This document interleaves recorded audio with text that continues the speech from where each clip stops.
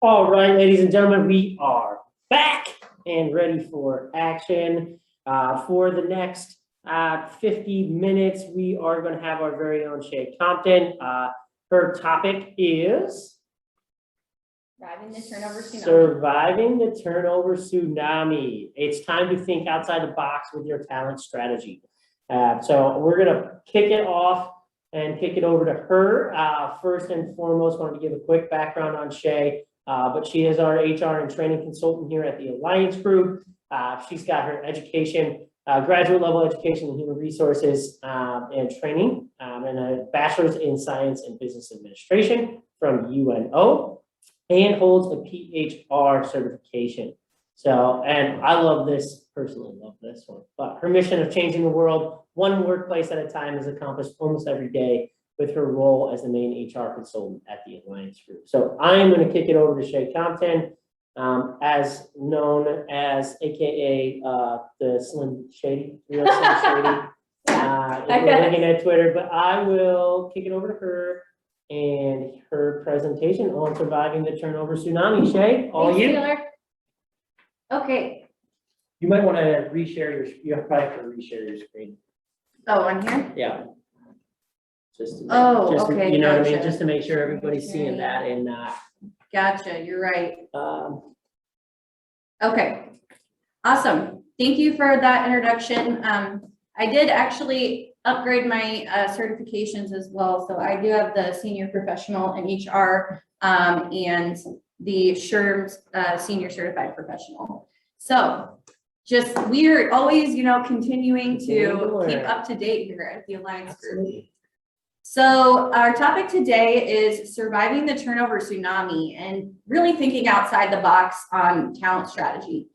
Over the past year, at least, maybe a little longer, I've had a lot of clients reaching out, asking about where do I post job ads and stuff like that. So we have seen, although we don't specifically hire people here at the Alliance Group, we've seen a lot of need and questions for some additional guidance on that. And then I thought more about it too, that I'm not going to deep dive into how to do each of those things. I am going to give you some resources at the end of the presentation of like LinkedIn learning courses and some other things that you can check out. Because I feel like at the present moment, what's most important than knowing how to interview someone is where to find the candidates to interview. Because if you're not getting any hits on your job ad, and there's nobody to interview, then interviewing skills is not really gonna help. So it's kind of just important in this current market, especially to focus on these things. So we're gonna get started. So what is the turnover tsunami? I don't know if you have noticed, but it has been more and more difficult to recruit talent. A lot of people are saying, it's unemployment, all the federal dollars that people were giving. But I will say the situation hasn't improved. Even in September, after those benefits expired, you're still just not getting the same amount of applicants, at least because I help hire internally here at the Alliance Group as well. So, I mean, I know from experience too, from on ads we've posted, we're just not getting the same amount of candidates that we were this time last year. So, it is rough out there, and I don't know if you noticed it, but it is backed up by statistics, and the Bureau of Labor Statistics is aware of this. There's even videos right now on the U.S. Chamber of Commerce talking about this. So it's a big topic right now. So the turnover tsunami, as some people have called it, and other places have dubbed it the Great Resignation. So it kind of goes under two different names. Is being used to describe a mass exodus of employees that are leaving or expected to leave the workforce post-pandemic in 2021 and beyond. And according to the BLS, 4.3 million Americans quit their jobs in August, which was the third month high, and quit rates rose to 2.9% measured against total unemployment, which is the highest in 20 years. That is what we are facing right now. A recent job seeker survey from August 2021 done by Bankrate says 55% of Americans are likely to look for employment in the next 12 months. 28% of working Americans who are not currently looking plan to look over the next year. So very scary. Oh, sorry, not trying to scare you guys, but I do want you to be prepared. And that's why we're talking about this. Like, how do we manage this? What do we do? Because the alternative is, what do? We just quit? We go out of business. We say, tough cookie, I'm giving up. No, we gotta keep trying. So what are the other options of how we can keep moving through this? And that's stuff we're gonna talk about today. But why is this happening? The pandemic allowed many people to reevaluate their priorities and possibilities with their work.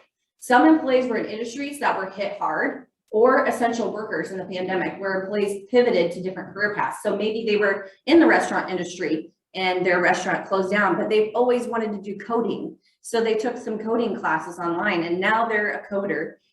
So some people just decided to change career paths, felt like it was a good time to pivot, much like businesses were pivoting, employees were pivoting. And then some people just enjoyed, remote work, or seeing that difference in the way that they were working, and it kind of reevaluated what they wanted to do for the future. So some employees already did plan to leave as well, so you have to keep that in mind, because during the pandemic, a lot of people were sheltering in job, was the technical term. But they were like, oh, I don't know what's happening. I don't know if I'm going to be laid off. So a lot of people kind of just stuck where they were and held off on their job search. So now it's also a little bit of that, where people are now quitting because they held off. So what are job seekers looking for? Because that's important for us to know if we want to continue to find talent. According to the August 2021 Bank Rate Survey, the top values that job seekers are looking for right now are flexibility as their number one, and higher pay is the number two. 41% of Americans are currently looking to or expecting to work remotely at least one day per week, and 19% expect to work from home full time. So these are the expectations of the workers and the applicants out there.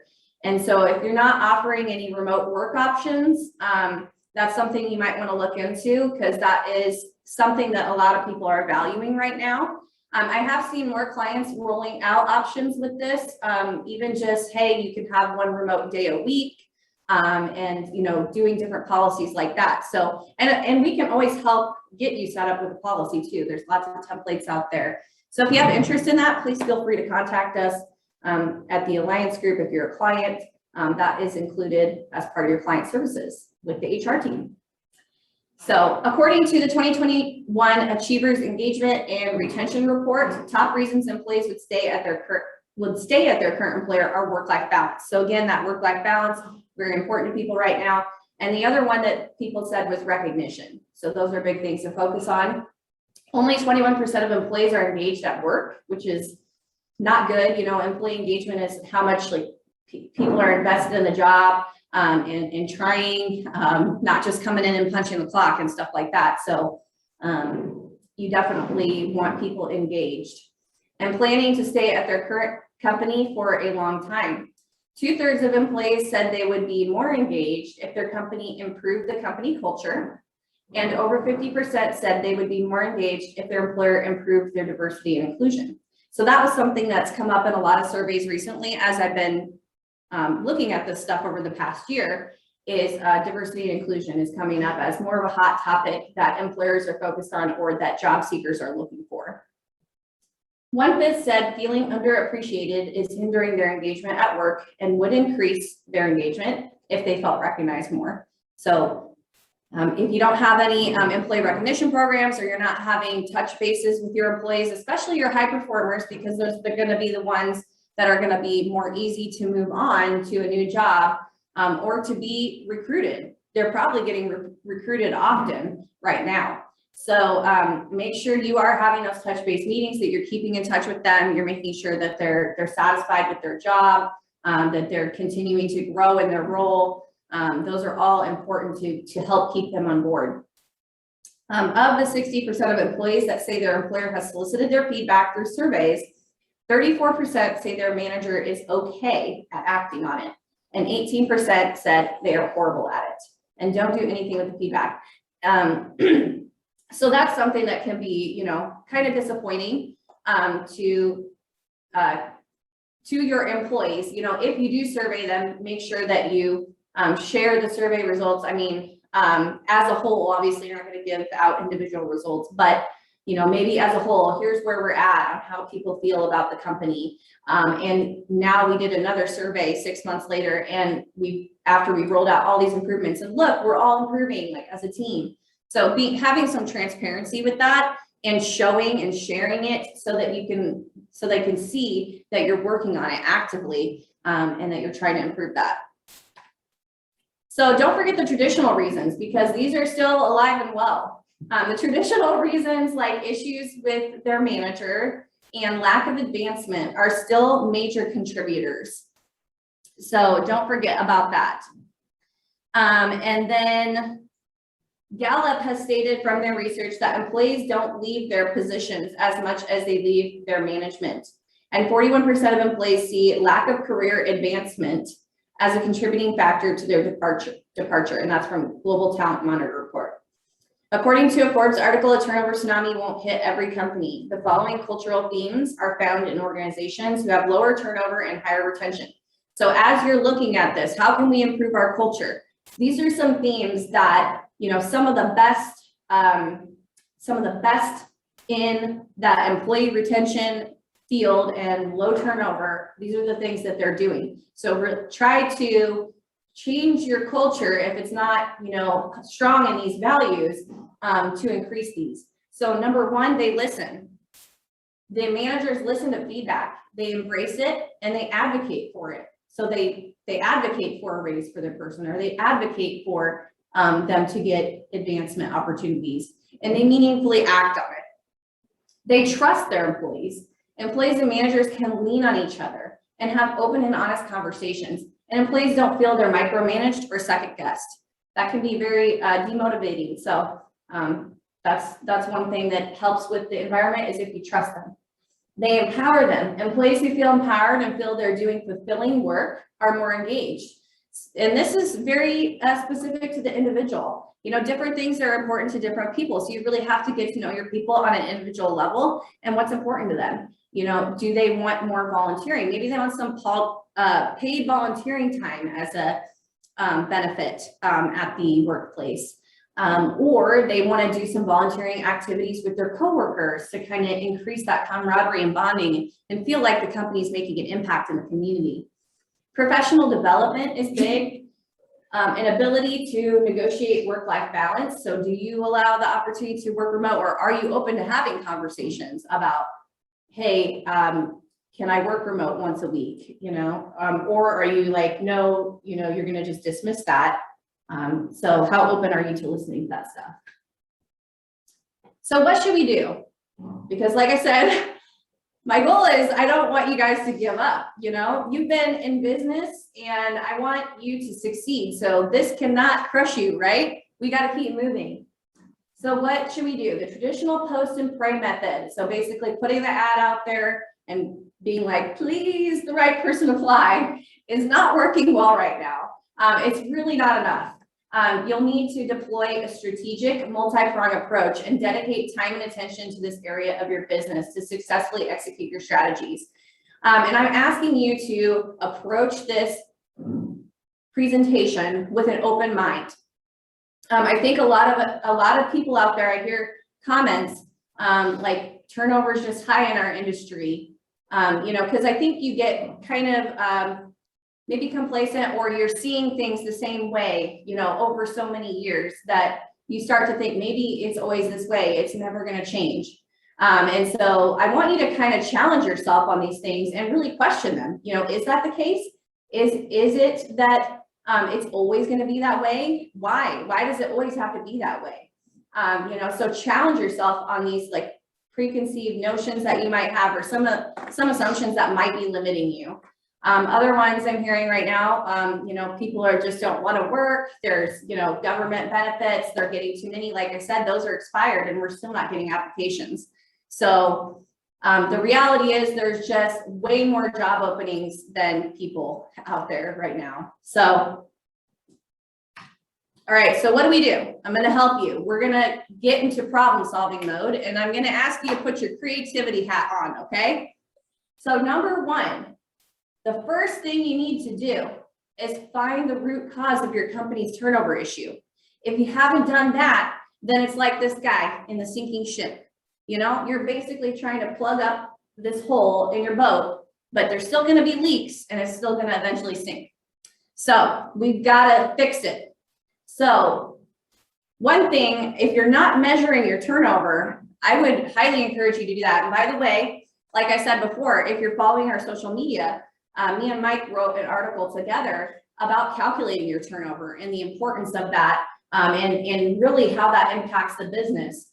So it really should be a core KPI in your business that you're actively looking at and monitoring on an ongoing basis. So calculate your turnover and make it a key metric. So how do you calculate that? You do number of separations per year divided by the average total number of employees, and that's your turnover rate. So you calculate that, get a starting point, and then start making some goals on how you're gonna decrease that number. Because turnover is very expensive. And again, I recommend you check out that article because we go through all the different things like, you know, how long is the position open? You have to retrain the person. It's not just the cost of the job ad. There's so much more that goes into it. And it's your time as a business owner. You're having to, you might be doing all this. You might be posting the job. You might be doing the interviewing. You might be training them. So all that is your time as well as an opportunity cost that could have been spent on other areas of the business. So methods to help uncover the root causes. How do we figure it out? You want to conduct state interviews. So state interviews are kind of like we were talking about. They're a little bit like the touch point meetings, you know, just talking to people, you know, what are things that you love about working here? What's keeping you here? What causes you to stay? And what are 3 things that will cause you to leave? You know, having an honest meeting with your employees and really gathering that feedback. That way, again, we're looking at them as an individual. What's important to Taylor? If I want to keep Taylor at the Alliance Group, what do I need to do? These are his hot button issues. Now I know. And as you talk to people, you get a sense of, are there common issues? Are there common issues going on? So often exit interviews are too late because people are already leaving, but you know, exit interviews are a valuable tool too to collect feedback. The other thing that you can do is survey employees. So that also helps gather, hey, are there common themes, you know, that people are saying, oh, I'm having trouble with transportation, or the pay rates are not competitive, or whatever it may be. And if you're finding that common theme, that can help you get to that root cause of what's going on here. A lot of people are saying the same thing. And then make sure with your surveys, don't over survey people though. Again, I think like every 6 months is okay. I think if you're doing it more, it might be too much. You don't want to like burn people out on that. And then, like I said, important to act on the feedback as well, and share that with them. Analyze metrics for additional ideas or correlations. So like compensation, time between promotions, the size of pay increases, tenure, performance, and training opportunities. So, you know, seeing again, is there correlations here between when people are leaving and these other things happening or not happening? Shea, real quick, if you go back to that slide, are there, is there a good timeline or time frame that these things should be happening? Is it quarterly? Is it yearly? What's the like for touch base meetings? Yeah, for those meetings, how often should you be doing benchmarking, those type of activities? Is there a guideline for how often that's supposed to happen?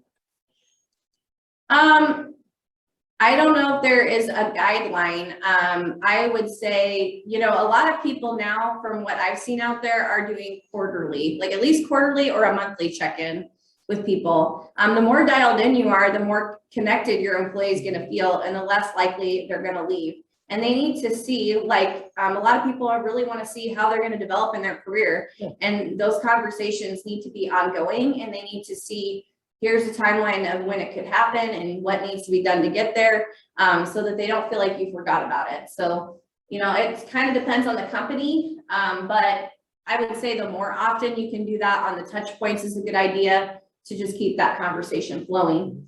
And then as far as the surveys, I know some people are doing quarterly, so if you feel like that's right for you, that's fine. But I don't know if a monthly survey I think would be overkill. And then probably every 6 months is probably good, or every year on surveys.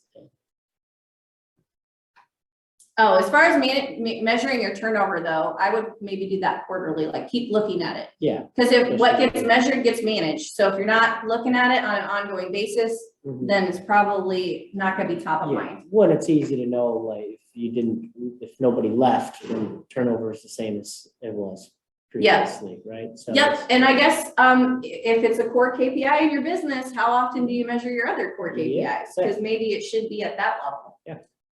So case study examples. So I want to kind of give you some real life examples of businesses that have put these things into action.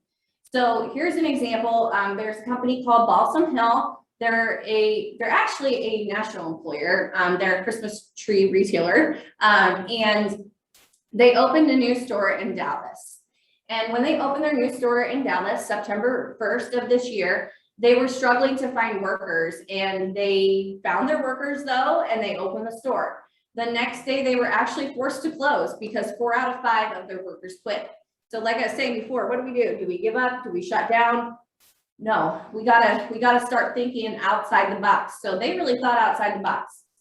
They talked to the employees. They tried to figure out what's the common thing that they were complaining about here. And they found that one of the root causes of their turnover issue was that the employees did not want to work weekends. You know, a lot of people, again, are looking for, more of that 8 to 5 schedule. And if you're competing with other people in similar pay ranges, they're going to be maybe going to that more work-life balance route and having a more predictable schedule. So what they did was they actually hired more people. The store opened weeks later with 9 workers. So they staffed up. They had 5 originally. They decided to do 9. And that allowed the business to schedule the employees less weekends because they had more people to rotate with. And they were able to be more accommodating with the employee schedules and focusing on their needs so that they were happy. They also increased the hourly pay from 15 to 18 an hour because, again, you're not competing with just other retailers, but other similar industries. So, that pay rate is also competing with maybe McDonald's or things like that. So they shifted their strategy again to focus not only on the business's needs, but the employee's needs. And then along the lines of scheduling, so this is not from Balsam Hill, but there was also another example out there about, employers that were in maybe an area that there was a long commute. So for example, Fremont maybe. Sometimes you hear about businesses having trouble attracting people in Fremont because, Omaha, you got Omaha people that you're trying to bring out there, but it's kind of a little bit of a long drive, or maybe Lincoln even on some of that stuff. And so some things like a factory did, for example, was they changed things to a 4-day work week instead of a 5-day work week. And then what they did was 4 10-hour shifts versus making everybody work 5 days a week and doing 8 hours. And then that way it reduced the amount of time that people were commuting, and it reduced their expenses a little bit. So getting creative again with the scheduling can really help, especially with the hourly employees. So another example, so this is actually from a book called The Dream Manager. And it's a fictional story based on an actual company called Jancoa and their Dream Engineer program. And this book came out a little bit ago, and I think it was like 2008 or something. I mean, it's been maybe 10 years. And it's a great concept. There is additional information out there, though, a critic I read about saying that apparently they unionized or something. So feel like I should give you the full story on that. But anyway, I love this book, and I think to me it makes sense. So there's a janitorial company with 400% turnover, which was just above industry average. The leadership team, they would talk about their turnover because they were like, I feel like all I'm doing is hiring. As a business owner or general manager, I feel like I should be chief recruiter because that's more accurate. I'm spending all my time on hiring. And then they would talk, the leadership team would get together and talk about it. And they would be like, well, this is just the way it is. This is the industry. So then they challenged it. They're like, okay, why does it have to be this way though? So they decided to do a survey, and they realized one of the #1 reasons that people didn't stay was actually transportation.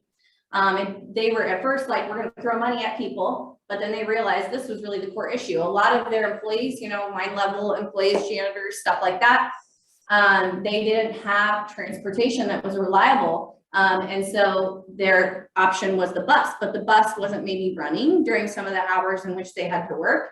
And there were some neighborhoods that were dangerous. That would you want to be waiting out for a bus in particular neighborhoods? So they decided to introduce a shuttle bus system as a company, and it reduced their turnover from 400% down to 224%. It also reduced their sick days by 31% and tardiness by 65%.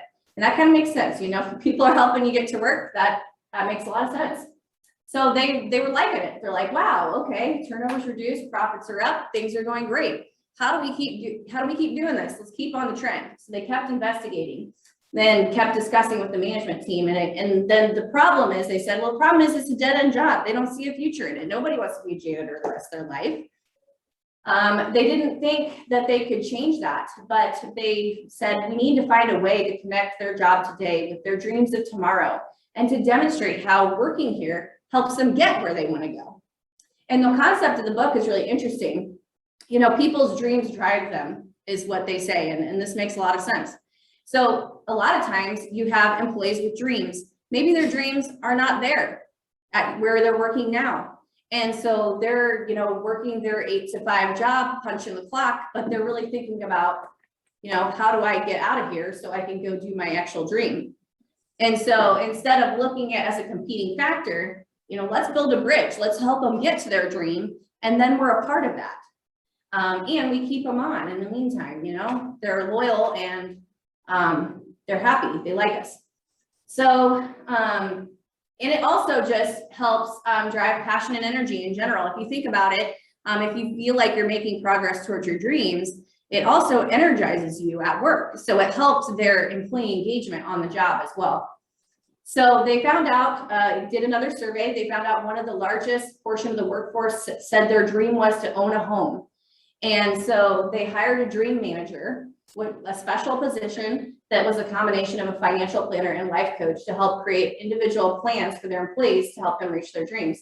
And after the end of the second year, 11 employees fulfilled their dreams of owning homes, turnover reduced from 400% to 50%, profits increased, and culture of dreams was alive in the organization, so everybody was feeling energized. They could afford to give wage increases across the board and roll out a new bonus program, which further amplified the enthusiasm, as you can imagine. And then after 5 years of the program, 98% of their employees, so Admiral's the fake company, were participating in the program. Home ownership has tripled. Consumer debt among employees has been reduced by 40%, and 2,785 significant dreams have been accomplished, and turnover is reduced to 12%. So they went from 400 to 12 on their turnover. So when you say there's nothing I can do about this, think about thinking outside the box. I mean, they definitely did. They really thought hard about this, and it was successful. And again, I think even if your turnover is not 400%, I think this is an amazing concept, and I love that book. So sharing that with you. Yeah. Well, and they kept digging, right? They kept trying to find out more and align their employees' interests with what would benefit them. So absolutely. Okay, so evaluate your compensation and benefits. You know, at a baseline, you really need to be within market ranges and at least somewhat competitive to compete right now. I hear a lot of times businesses telling me I can't afford to pay people more, I can't afford benefits. And I don't know enough about your business, but so that may be true, I don't know. But again, I'm going to challenge you. Are there things that you can do differently? You know, let's think outside the box. Can you charge more? Like maybe we're not charging enough. Or are there different business lines that you can pursue to expand? Or, you know, maybe you need to do some remote working instead, and maybe you don't need your building. Like, can you cut costs? Can you adjust your business hours? That's one that some people are doing, but you might not be then fully tapping your market. So I don't know if that's the right answer. Can you automate some tasks to increase efficiency and run leaner? You know, maybe there's 2 positions and they're doing some things where some of those tasks can be outsourced or automated. And then maybe you can combine that one position or those two positions into one position. And again, we're going to talk more about that. But sometimes, you know, if you can maybe change up the structure a little bit, you might have more dollars to give to certain positions if you're able to run more efficiently in other ways. So outsourcing is a big thing right now. I didn't put this on the reading list at the end, but I read this book called The 5-Hour Workweek, and it's a great book, but it really got me interested in the outsourcing. He ran an entire business that was a huge business, and he did it all through outsourcing. He had no employees. He was the only person, but he basically gave his outsourced virtual assistants from different countries in which he was not paying very much money for the authority to do certain things. And so he built a structure with outsourcers and ran an entire company with just him that was super profitable. So really interesting concept. So again, can you restructure positions? Don't forget about alternate types of labor like contract workers, temporary employees, interns, more entry-level employees that you can train up or promote from within. Consider calculating how much you would save by reducing your turnover. Maybe it will equal out and you might be able to be more flexible with your pay scale. And then after, you know, Wade talked about 401k and stuff like that, it sounds like it's pretty inexpensive or maybe no cost, possibly, to Alliance Group clients. So, and you want to talk to the benefits team about that, but definitely sounds like an option that could be added. So case study examples, there was an article in the Kearney Hub where they talked about different businesses and what they're doing there. And then there's some other examples I found out there, but a lot of people are kind of, they're amping things up. They're paying more, they're offering additional perks.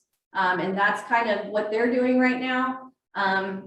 So for example, Target there, they bumped up their starting pay to $15 an hour. They offered an educational assistance program, bonuses, access to counseling and doctors, and more stable schedules. Some businesses, like I said, are shortening business hours to match limited kitchen and wait staffs. A company facing a shortage in engineers actually utilized automation. They invested in drones to do their land surveys instead when they couldn't find engineers. So again, thinking outside the box. We got to keep moving. Can't close down. We got to figure out an alternate way to do things. Chipotle expanded debt-free educational degree options. Whataburger reportedly promoted managers to operating partner and raised salaries to $100,000. Some McDonald's are giving raises or raising wages. And Illinois, they're giving away iPhones to workers who stay 6 months. In Florida, they're giving $50 to anyone who came in for a job interview. Applebee's offered free appetizers, which I thought this was kind of smart because, you know, you're a food establishment, to people who showed up for a job interview in an effort to hire 10,000 employees.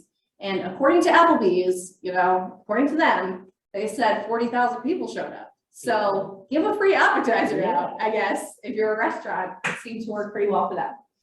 On a small business level, I've had clients investigating, you know, financial impact of having maybe a $15 minimum wage for everyone at their business, referral bonus programs being rolled out, professional development assistance or continuing education and mentoring and training programs being rolled out. So those are just some of the things that I've seen on a local level with our clients that they're asking about. All right, so number 3, you want to determine the appropriate mix of a build-buy strategy. And this is really at a micro level or high level, I guess it's more high level review.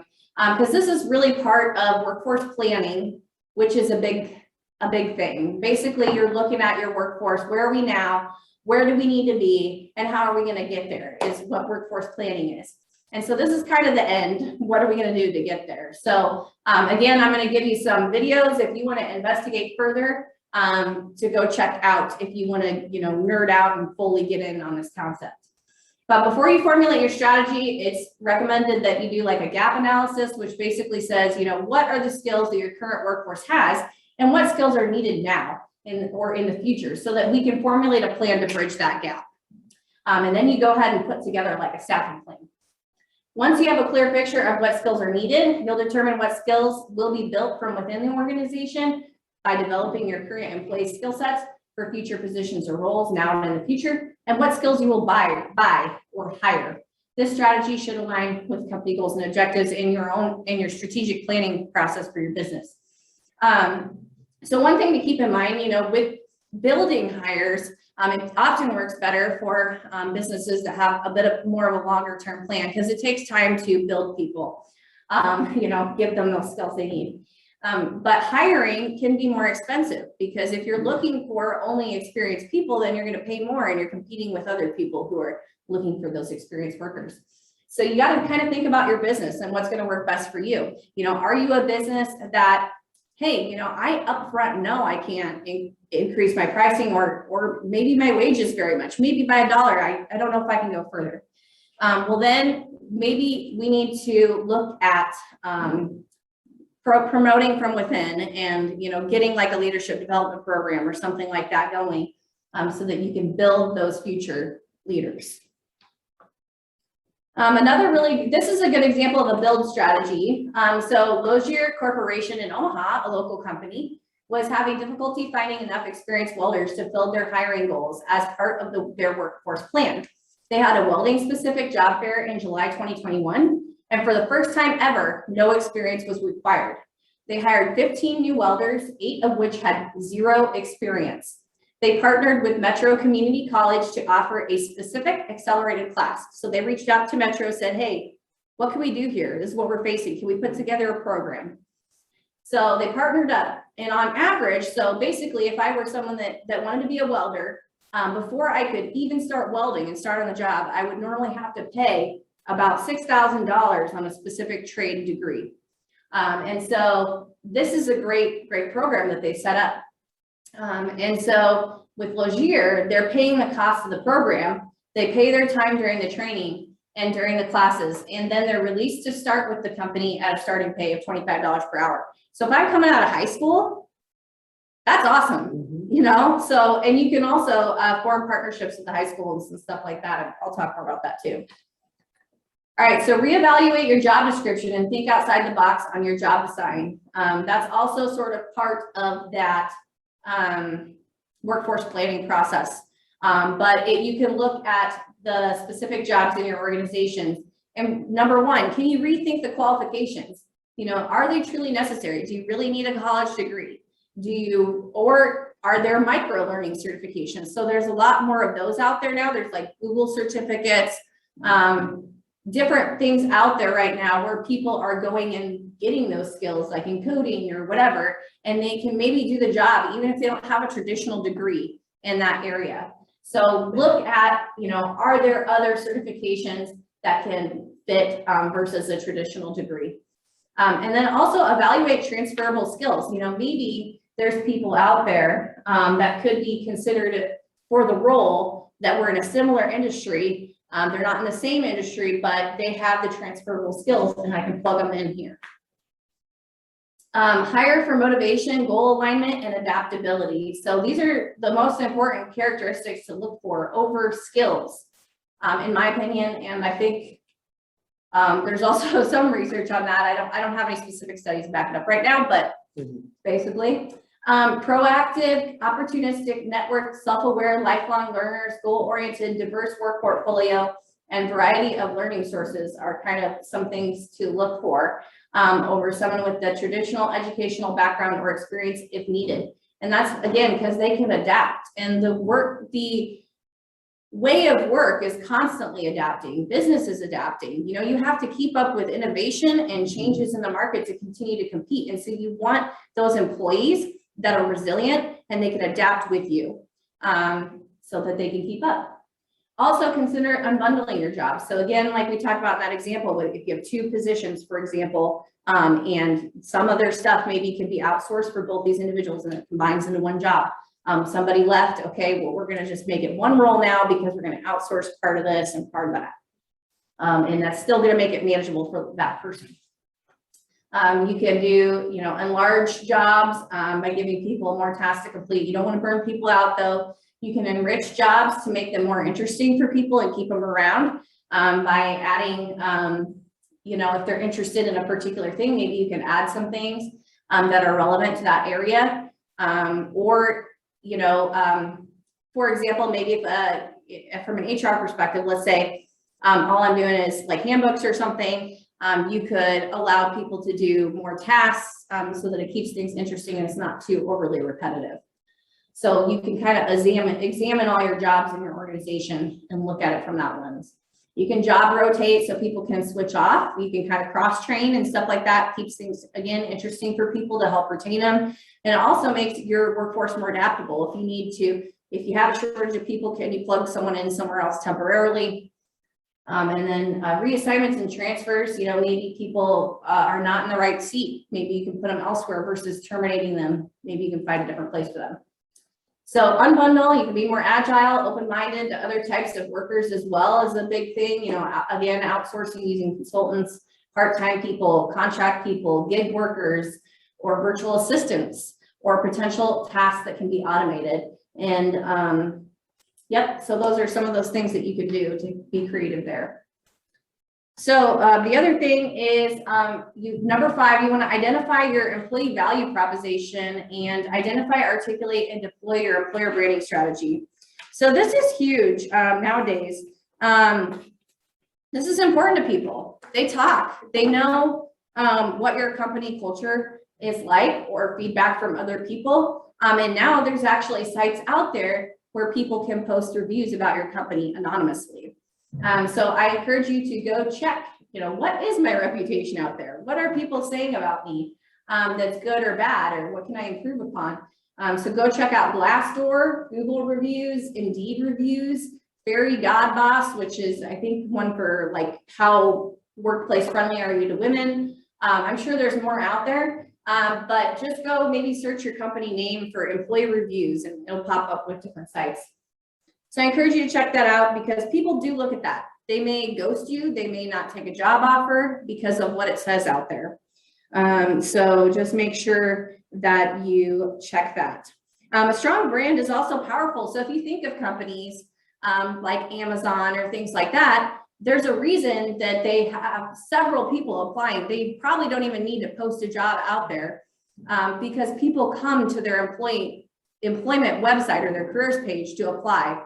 So you want to try to shift your strategy from a push strategy to a pull strategy, where people are just naturally interested because you've got that great brand. People talk about you, you're known out there in the community as a good place to work.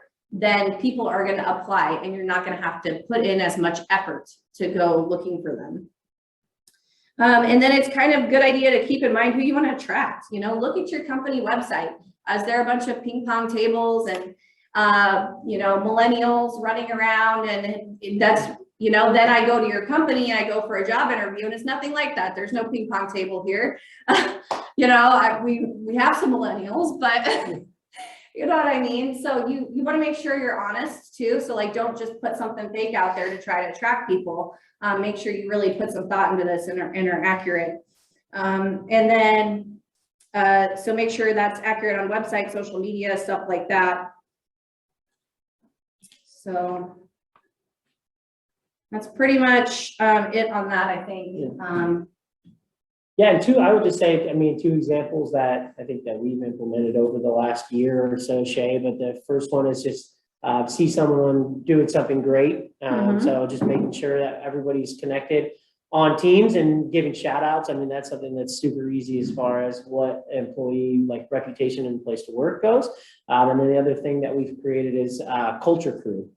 So we meet once a month and schedule out different events like happy hours, employee engagement events, different type of gifts that we've given over the course of the year, planning holiday party, those type of things. So just 2 simple things that we've kind of implemented over the last year. Yeah. Some other things I just thought of too is like, so if you have employees that love, you know, working there, they're like maybe champions, like great people that really are a great representation of your culture. Feature them, you know, think about using them, having an interview on the website or your YouTube page or whatever, saying, here's what I love about working here. And then it's like on your careers page, you know, some authentic stories. And then also, if you have people that love working there, oh, thank you so much for the opportunity. I really love working here. Awesome, Taylor. Thank you for sharing that. Hey, can you do me a favor? Can you go out and post a Glassdoor review about us? I would really appreciate that. encourage those employees to go write a review, because a lot of times the people who are writing a review are negative. Yeah. So if you can try to get some more positive ones out there, that's really helpful. All right, number 6, invest in developing your current and future talent.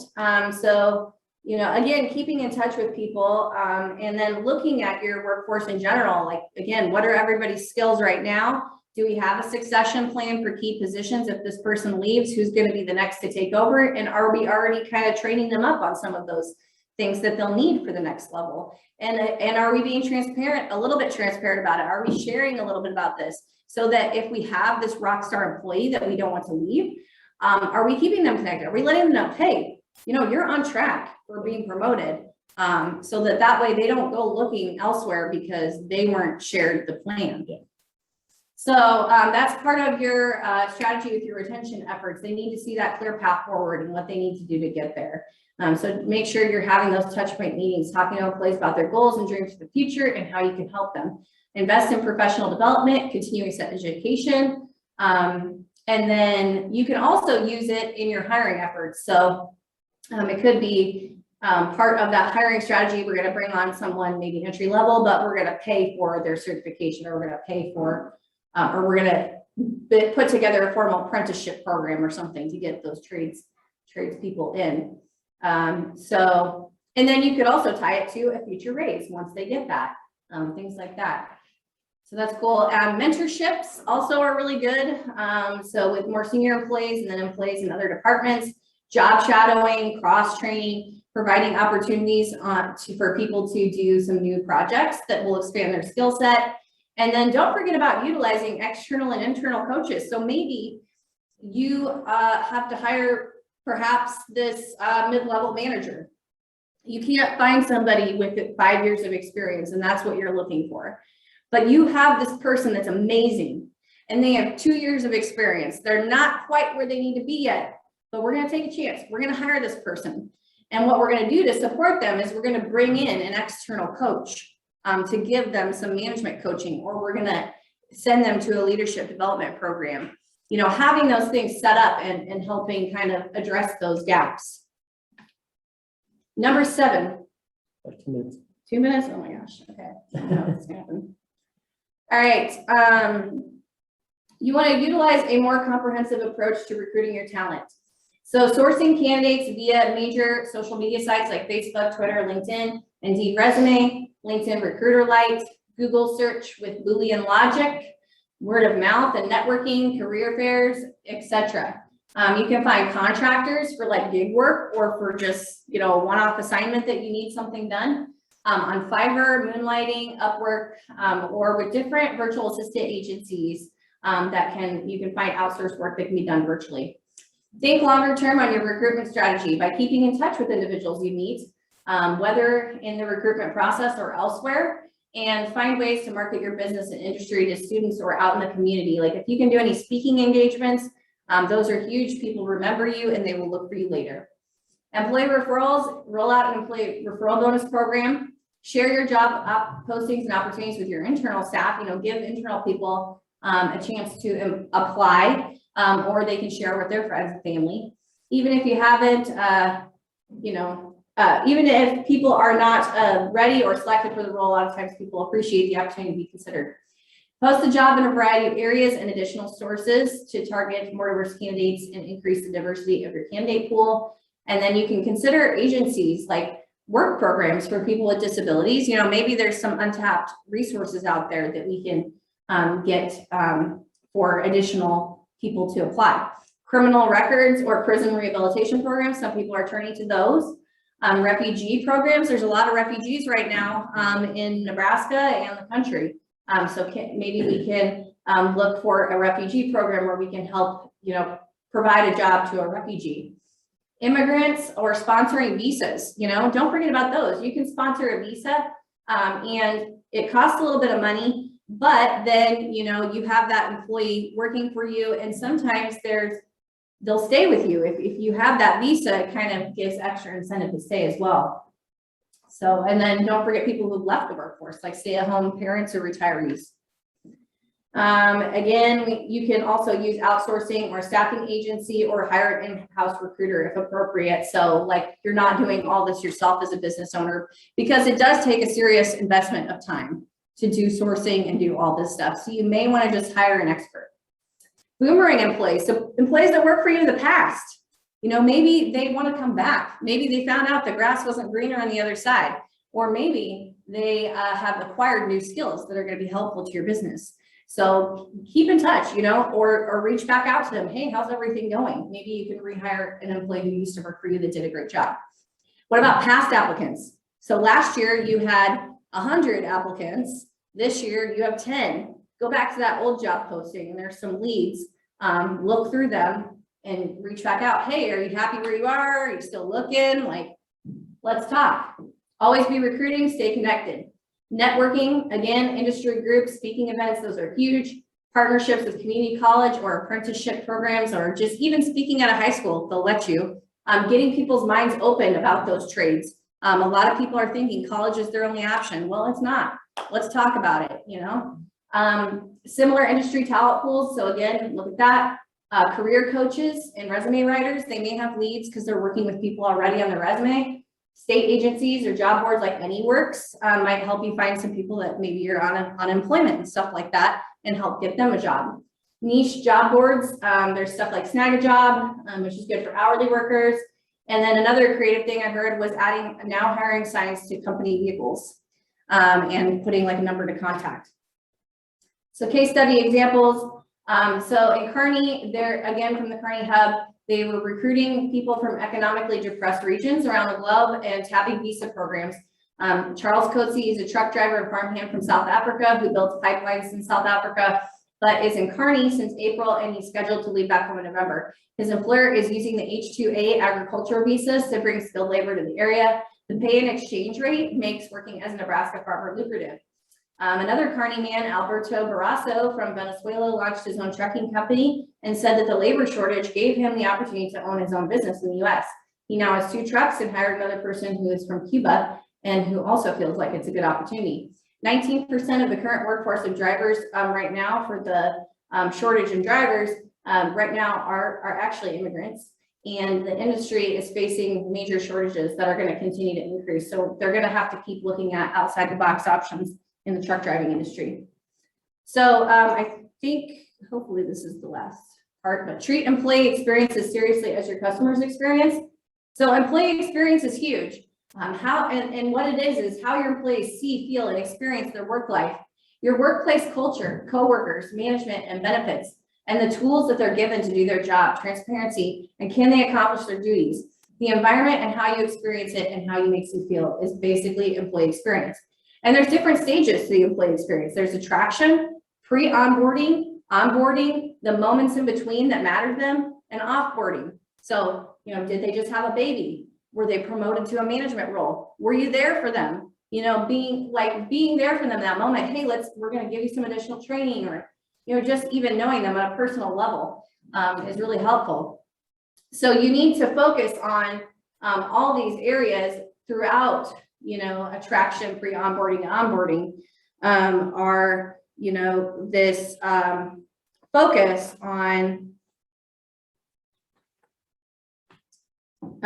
those different areas. So make sure that you're keeping in touch throughout the whole thing. And offboarding, you know, if you like give someone a bad experience after they leave, you know, because people are going to move on eventually. There can't be zero turnover. And sometimes it's for the best for people to move on. Maybe they're getting a really great opportunity. And so we need to be happy about them on their next journey. I know it sucks to fill a position, but try to be happy and give them a good offboarding experience, because otherwise that's what people will remember. And then again, they'll talk to their friends about it. Again, to make sure you're on track with your employee experience, you can use surveys, counting observed smiles, happiness and laughter. So you can do some informal measurements, asking employees why they rejected or accepted a job offer. So asking for some feedback there, and then conducting those stay interviews. So essentially you want to consumerize the enterprise by making work enjoyable, utilizing technology that's easy to use and mobile friendly, etc. So recap, the 8 things. Find the root cause of your turnover issue is the first thing you need to do. 2, evaluate your comp and benefits. 3, determine the appropriate mix of build and buy strategy. 4, rethink your job descriptions and job design. 5, identify your employee value proposition. So what is great about working here? You know, do you know? Ask employees, why do you stay? What do you like about working here? And really articulate what's the value proposition? What do they get out of being here? Identify, articulate, and deploy your employer branding strategy. Invest in developing your current and future talent. Utilize a more comprehensive approach to recruiting talent. So we're not going to just post it. We're going to source people. We're going to recruit people. We're going to network. We're going to do all these other things. Treat employee experience as seriously as your customer's experience. So additional sources, my last slide. Again, Dream Manager's great book. And then I didn't put it on here, but the 4-Hour Work Week is a great book as well. Again, and really dive into those chapters on outsourcing and virtual assistants and stuff like that. I found it extremely interesting. LinkedIn Learning courses are another great resource. I'm a subscriber. I think it's only $20 to $30 a month or something like that. But you can go find LinkedIn Learning courses on all sorts of subjects at any time if you subscribe to that. Some courses that would be helpful are human resources strategic workforce planning, if you wanted to dig into more of that topic. Talent sourcing, there's actually something out there where they'll talk about how to source people, how to use that Boolean logic, because again, that's kind of really technical. So that's why I'm like, go dive into that deeper, because we don't have time to go through every detail. Employer branding to attract talent. So if you want to learn more about employer branding, how can I improve that? There's a really great course on that. Hiring and developing your future workforce is a good one. Human resource job structure and design. So if you want to look at how can I restructure my jobs or design them better so that people are more happy, you can do that course. Employee experience, that's a good course, and recruiting foundations. So highly encourage you to continue looking at these things or hire an expert because like I said, I think that it is very time consuming to actually source, recruit, and do all those things and to do it right. And so this is a time where it would be worth it to invest in some additional expertise to make sure you can still fill those positions. Any questions? Yeah, if you have any questions, feel free to put those in the chat. Otherwise, we will take a quick 5-minute break before Joe Hayes steps in and